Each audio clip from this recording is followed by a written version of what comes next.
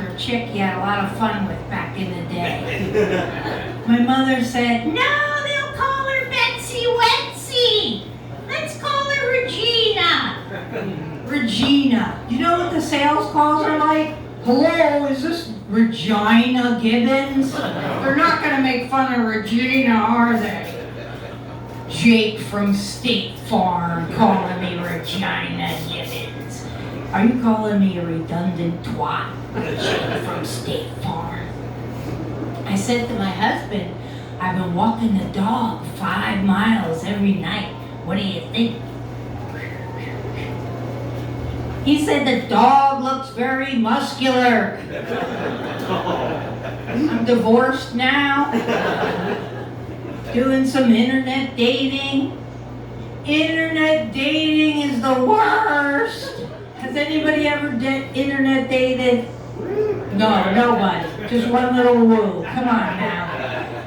Yeah, so it's horrible. They ask the nastiest questions right off the top.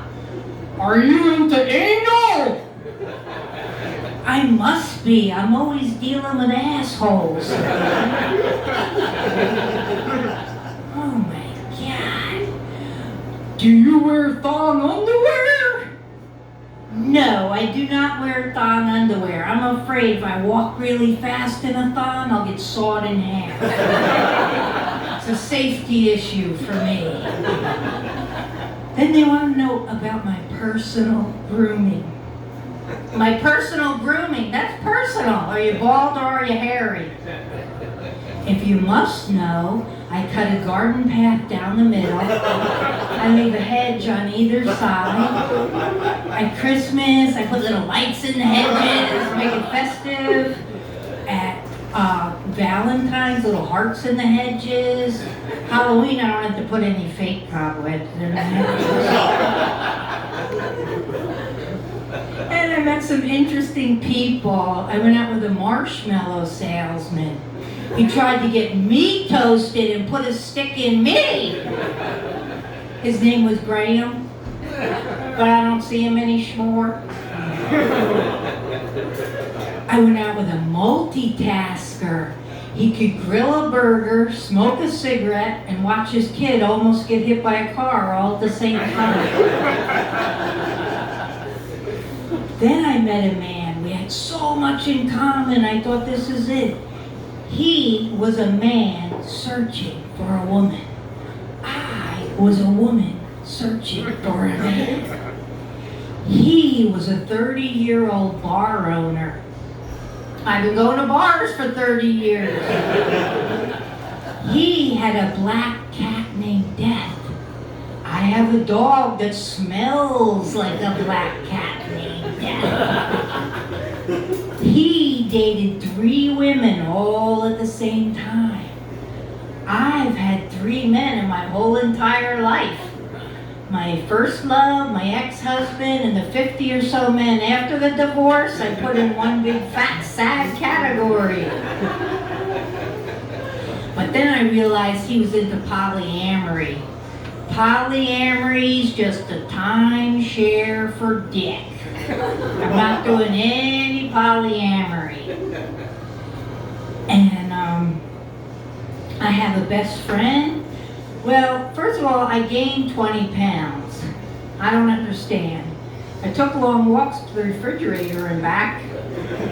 So I had to buy those prepackaged diet meals, and they were horrible. And I gave some to my best friend, Gina Marie. I said, try these, let me know what you think. She's tried them. She said, oh man, they were delicious. I was like, delicious? Really? They taste like hot gravel on wet garbage. What are you talking about? She said, no, I just put a ton of butter, cheese, bacon, ice cream on there. Man, they were great. Then she had a guy come over for dinner, and there was a cucumber on the counter. And the guy picked up the cucumber and got friendly with Gina Marie. That's not the strange part. The strange part is they cut it up and put it in a salad and ate it afterwards. I said, what did you call it, a cucumber salad? So ever since then I called her Coochcumber. So I had a dating dilemma. I called her up, Cooch, 911. I didn't have no time for the cumber part, just Cooch, 911. She said, what's going on? I said, I have a dating emergency. She said, what happened? I said, I slept with this guy, we were dating, I slept with him for the first time. Would you believe he left a big skid mark across my white sheets? Anything like this ever happen to you? She said, well, I have leopard print sheets. I change them every 6 months or every 6 lovers, whichever comes first. I said, okay, well, what should I do? And she said, you gotta sleep with him again to see if the poop was a fluke. So I sleep with him again. There it is, big skid mark on my white sheets. So I literally smashed the shit out of him, not once, but twice. Or he has IBS, I'm not exactly sure.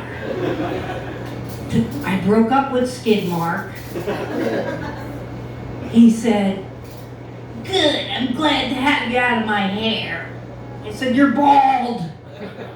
He said, just for that, you give me back everything I ever gave you. I said, you want the shitty sheets? You want the chlamydia? What else do you want back? My parents were born during the Great Depression, which is funny because they're the source of my Great Depression. They would always compare mundane things to Marilyn Monroe. Marilyn Monroe was up on a pedestal, but then they'd say, this is the Marilyn Monroe of meatloaf. When our dog was being humped in the backyard, it was because Bootsy was the Marilyn Monroe of beagles. When I was being touched by 3 out of the 6 males in the house, because I was the Marilyn Monroe of children, of course. But I'm the Marilyn Monroe of survivors, don't worry. I'm an avid reader of Diet Snapple caps. One said that the Coast Guard trains pigeons to go out and locate boaters in distress. I'm not one to discriminate against a pigeon, but shouldn't it be a woodpecker so he could type in Morse code? What the hell is a pigeon gonna do? The chicken dance and then crap on the distressed boaters? Come on. Then another one said, octopus think with their tentacles. And I was thinking, wow, men must have evolved from octopus because they're grabby too. And another said, lady praying mantis rip the heads off their lovers during passion. I want to be reincarnated into a lady praying mantis.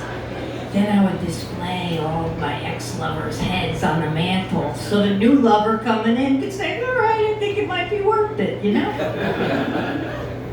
I thought I lived in a good neighborhood. I put my dog out and I put her in one of those little fancy sweaters and she came back naked. She was mugged.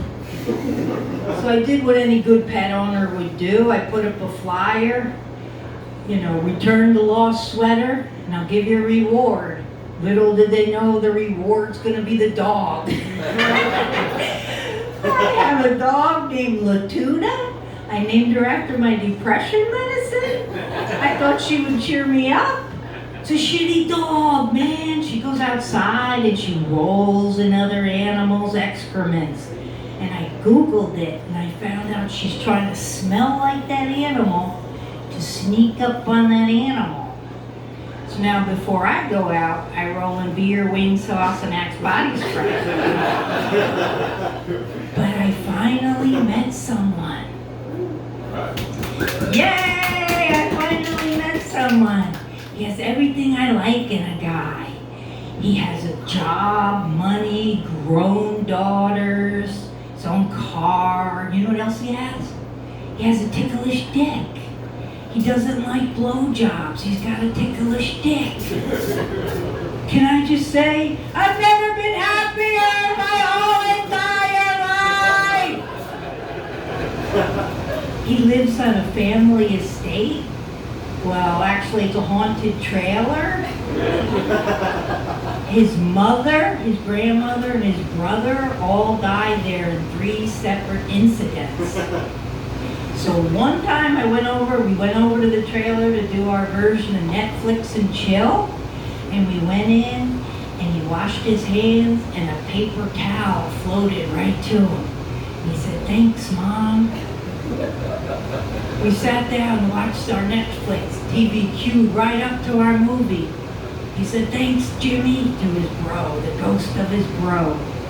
Then we start smoking a whole bunch of pot. The trailer gets all foggy. And then we do this deep eye gazing thing. We look deep into each other's eyes. And all the years melt away. 50, 40, 30, 20, 18. I'm 2 years older. He's sweet 16 now. We go right into smashing. The whole trailer starts moving, shaking, lightning, wind. Somebody wrote in the mirror in KY jelly, "Wait, there's no blowjob?" I said, "Was that your brother again?" He said, "No."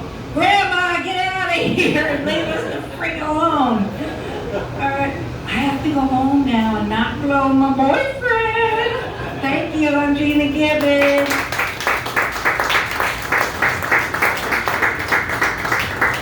Gina Gibbons, everybody.